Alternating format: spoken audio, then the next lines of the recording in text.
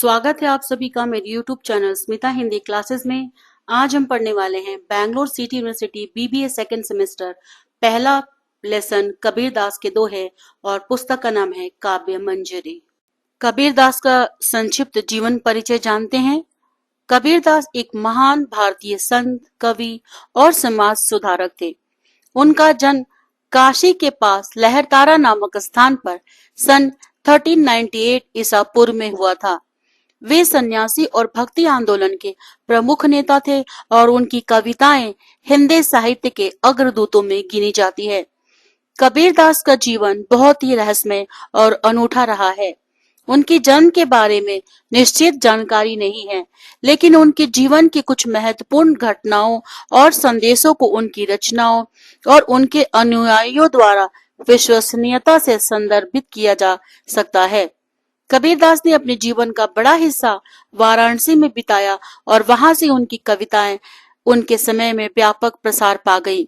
उनकी रचनाएं ब्राह्मण शास्त्रों के विरोधी और समाज में सामाजिक सुधार के प्रोत्साहन में महत्वपूर्ण भूमिका निभाई। उन्होंने धार्मिक और सामाजिक सरोकारों का विवेचन किया और उन्हें अपनी कविताओं के माध्यम से समझाने का प्रयास किया। कबीरदास के ग्रंथों में उनके विचार, भक्ति और संवेदों की गहराई है। उनकी कविताएं अद्वितीय है और उन्होंने जातिवाद, धर्मांतरण और समाज में असमानता के खिलाफ अपनी आवाज उठाई। उनके द्वारा प्रचारित नीति, नियम और धर्म के प्रति उनकी विशेष भक्ति ने उन्हें एक महान संत और कवि के रूप में माना जाता है। कबीरदास की कविताओं में सरलता, संवेदनशीलता और गहराई होती है। उनकी भक्ति रस के गीत, दोहों और पदों में उन्होंने धर्म और मानवता के महत्वपूर्ण सिद्धांतों को सरलता से प्रस्तुत किया। उनका योगदान हिंदी साहित्य के विकास में अत्यधिक महत्वपूर्ण रहा है और उनकी रचनाएं आज भी हमें धार्मिक और सामाजिक संवेदनाओं से प्रेरित करती है। कबीरदास का पहला दोहा। गुरु गोविंद तो एक है, दूजा यहू आकार, आप मीत जीवित मरे तो पावे करतार। कबीरदास इस दोहे में कहते हैं कि सच्चे गुरु और परमात्मा यानी कि गोविंद दोनों एक ही हैं। दूसरा तो केवल बाहरी स्वरूप है जो अपने अहंकार को मिटाकर संसारिक वासनाओं से मुक्त होकर जीवित रहते हुए आत्मिक मृत्यु को प्राप्त करता है, वही ईश्वर को प्राप्त कर सकता है। दूसरा है राम नाम के पट तरे दैबै कौ कछु नाही, क्या लय गुरु संतोषिए हासी रही मन माही। अर्थात ईश्वर का नाम सबसे ज्यादा मूल्यवान, सबसे ज्यादा कीमती है। इसे कोई किसी को दे ही नहीं सकता। वह यह स्वयं अर्जित करना पड़ता है, किसी से उधार नहीं ले सकते आप। यदि गुरु को प्रसन्न करने के लिए कुछ भौतिक वस्तु दी जाए तो वह तृप्त नहीं होंगे, क्योंकि उनके मन की संतुष्टि केवल सत्य और भक्ति, निश्चल भक्ति से है। कबीर गुरु गरवा मिलिया, रली गया आटे लूट, जाति पाति कुल सब मिटे, नाव धरोगे कौन। अर्थात जब सच्चे गुरु का ज्ञान प्राप्त होता है ना, तो अहंकार ऐसे घुल जाता है जैसे कि आटे में नमक, और मिलकर अपनी पहचान खो देता है। जाति पाति, कुल और समाज में ऊंच नीच का भेदभाव सब मिट जाता है, सब बराबर हो जाता है और तब व्यक्ति अपनी अलग पहचान नहीं देखता, वह केवल ईश्वर का भक्त बन जाता है। फोर्थ है कोटि क्रम पले पलक में, जे रंचक आवे नाव, अनेक जुग जे पुण्य करे, नहीं राम बिठ ढाऊं। अर्थात करोड़ों धार्मिक कर्म करने के बावजूद यदि व्यक्ति के हृदय में प्रभु का नाम नहीं है तो उसका कोई लाभ नहीं। यदि कोई अनगिनत युगों तक पुण्य कार्य करता रहे तब भी वह राम के बिना मोक्ष प्राप्त नहीं कर सकता। अर्थात धार्मिक कर्म करने के लिए ना प्रभु का नाम हृदय में बसना चाहिए, ऊपरी मन से नहीं, और तभी हम मोक्ष को प्राप्त भी कर सकते हैं। कबीर निर्भय राम जप, जब लगी दीवे बाती, तेल घटिया बाती बुझी, सोवेगा दिन राती। यानी कि जब तक जीवन रूपी दीपक में तेल है, अर्थात शक्ति शेष बचा है, तब तक निडर होकर राम का नाम का जाप करना चाहिए, यानी कि अपने प्रभु ईश्वर को का स्मरण करना चाहिए। और जब यह तेल समाप्त हो जाएगा अर्थात हमारे अंदर की जो शक्ति चली जाएगी तो दीपक बुझ जाएगा अर्थात मृत्यु आ जाएगी। तो फिर केवल सोने के अलावा कुछ नहीं बचेगा, यानी कि मृत्यु के अलावा। सिक्स्थ है, कबीर एक न जानिया तो बहु जानिया क्या होई, एक तय सब होत है सब तय एक न होई। अर्थात यदि कोई व्यक्ति परमात्मा के एकत्व को नहीं समझता है तो अनेकता को जानने का भी कोई लाभ नहीं। इस सृष्टि में सब कुछ एक परमात्मा से ही उत्पन्न हुआ है, उन्हीं का अंश है, उन्हीं का पार्ट है, परंतु अनेक वस्तुओं से परमात्मा की प्राप्ति नहीं हो सकती, ये समझना होगा, कबीरदास जी कहते हैं। सेवेंथ है, धरती गगन पवन नहीं होता, नहीं तोया नहीं तया तब, हरि हरि के जन होते कहे कबीर बिचाए। अर्थात यह सृष्टि, सृष्टि मीन्स धरती, आकाश, वायु, जल और अग्नि, ये जो 5 तत्व है, न होती, भगवान के भक्त भी नहीं होते। कबीर कहते हैं कि यह संसार परमात्मा की लीला का ही परिणाम है, परमात्मा का ही एक खेल समझ लो। 8वां दोहा, कागद केरी नावरी पानी केरी गंगा, कहे कबीर कैसे तिरु पंचकुमारी संग। यदि नाव कागज की बनी हो और गंगा की धारा बहुत तेज हो तो स्वभावतः वो डूब जाएगी।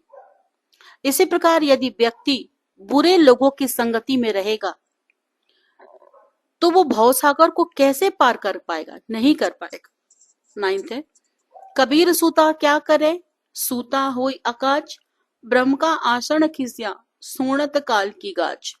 कबीरदास कहते हैं कि सोने से क्या मिलेगा, कहते हैं ना कि जो सोता है वो खोता है, वो अपना समय व्यर्थ कर रहा है, बर्बाद कर रहा है, क्योंकि जब काल का डंका बजेगा ना तब आत्मज्ञान का सिंहासन खिसक जाता है और मनुष्य को पछताने के सिवाय कुछ नहीं रह जाता, कुछ नहीं कर सकता, वो अपने पुराने समय में वापस नहीं लौट सकता। 10वां है, ऊंचे कुल का जन्मिया जे करने ऊंच, नहोड़ सुवर्ण कलश सुवे भरिया साधु निंदिया सोई। यदि कोई ऊंचे कुल में जन्म लेकर भी अच्छे कर्म नहीं करता तो उसका जन्म व्यर्थ है। जैसे एक सुंदर सोने का कलश यदि शराब में भर दिया जाए तो वह कलश उपयोगी नहीं रह जाता, उसी प्रकार यदि कोई व्यक्ति कुल से ऊंचा हो लेकिन संस्कार और आचरण से वो नीचा हो तो वह समाज के लिए आदरणीय नहीं हो सकता। कबीर के इन दोहों में गहरी आत्मीयता और जीवन का सार छिपा है। वे हमें सच्चे ज्ञान, अहंकार, त्याग, ईश्वर भक्ति, अच्छे कर्मों का महत्व को समझाते हैं। एक अंकीय प्रश्नोत्तर देखते हैं। गुरु और गोविंद में क्या समानता बताई गई है? एकत्व है, यानी कि एक ही है। अहंकार को मिटने से क्या प्राप्त होता है? ईश्वर। गुरु को क्या देकर संतोष नहीं किया जा सकता? भौतिक वस्तुएं। सच्चे गुरु के मिलने से अहंकार किस तरह समाप्त होता है? आटे में घुलते नमक की तरह। कबीर के अनुसार जाति पाति और कुल कैसे मिटते हैं? गुरु ज्ञान से। कबीर ने किसके बिना मोक्ष की प्राप्ति को असंभव बताया है? ईश्वर का स्मरण के बिना, राम नाम के बिना। काल की आहट सुनकर क्या छिन जाता है? ब्राह्म का आसन। ऊंचे कुल में जन्म लेने पर भी क्या आवश्यक है? अच्छे कर्म। सुवर्ण कलश में शराब भरने का क्या तात्पर्य है? अच्छे कुल में जन्म लेकर बुरे कर्म करना। जीवन रूपी दीपक किसके बिना बुझ जाता है? तेल के बिना। कबीर के अनुसार किसका जाप निडर होकर करना चाहिए? राम का।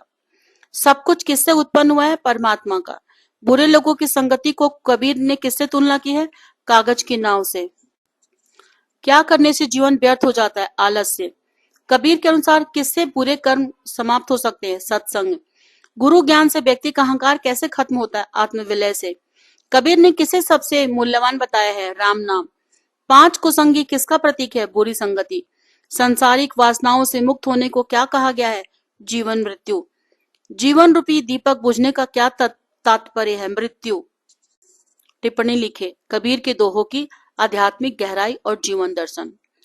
कबीरदास भारतीय भक्ति आंदोलन के प्रमुख संतों में से एक हैं।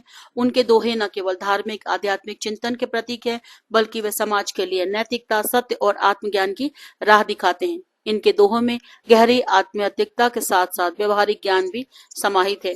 जीवन को सरल और सार्थक बनाने की दिशा में ये मार्गदर्शन करते हैं। इनके दोहे अहंकार के त्याग और महत्ता पर बल दिया गया है। कबीर मानते हैं कि व्यक्ति में अगर समाप्त नहीं करता तो सच्चे ज्ञान और ईश्वर की प्राप्ति भी नहीं कर सकता। अच्छे गुरु को ईश्वर के समान बताया है कि सच्चे गुरु की कृपा से ही मनुष्य वास्तविक स्वरूप को पहचान सकता है। उन्होंने जाति पाति सामाजिक भेदभाव को अस्वीकार करते हुए कबीर ने राम नाम के जप पर विशेष महत्व दिया। वे कहते हैं कि संसारिक कर्म पुण्य तभी अधूरे हैं जब तक मनुष्य का हृदय राम नाम के भाव से भरा न हो। वे समझाते हुए कहते हैं कि जीवन अनिश्चित है। दीपक का तेल समाप्त होने से ही बाती बुझ जाती है, वैसे ही मनुष्य का जीवन भी समाप्त हो जाता है। इसलिए जब तक तेल बाती में दीपक में तेल है तब तक, यानी कि शरीर में जब तक जान है, हमें सच्चे मार्ग की ओर बढ़ जाना चाहिए। कबीर ने अच्छे और बुरे संगति के प्रभाव पर विशेष रूप से प्रकाश डाला है। उन्होंने कहा कि बुरे संगति का परिणाम भी बुरा ही होता है। जैसे कि कागज की नाव और नदी की तेज धारा में अपने आप को संभाल नहीं सकती और डूब जाती है, इसी तरह बुरे लोगों का साथ करने से मनुष्य भी पतन की राह पर चल पड़ता है। कबीर के दोहे आज भी प्रासंगिक है और समाज को सही दिशा देने का कार्य कर रहे हैं। उनकी वाणी हमें आत्मनिरीक्षण करने, सत्य के मार्ग पर चलने और जीवन के सार्थक बनाने की प्रेरणा देती है। कबीर के विचार न केवल धार्मिक दृष्टि से महत्वपूर्ण है, बल्कि सामाजिक और नैतिक उत्थान के लिए भी अत्यंत आवश्यक है। उनके दोहे जीवन की सच्चाई को सहज भाव से समझाते हैं और आत्मिक शांति की ओर लेके जाते हैं। तो इस तरह से छात्रों ये पाठ यहीं पर समाप्त होता है। उम्मीद करती हूँ कि ये वीडियो आपको पसंद आया होगा, और पसंद आए तो क्या करना है, वीडियो को सब्सक्राइब, लाइक, कमेंट और अपने दोस्तों के साथ शेयर करना ना भूलें। नेक्स्ट वीडियो में फिर मिलते हैं। धन्यवाद।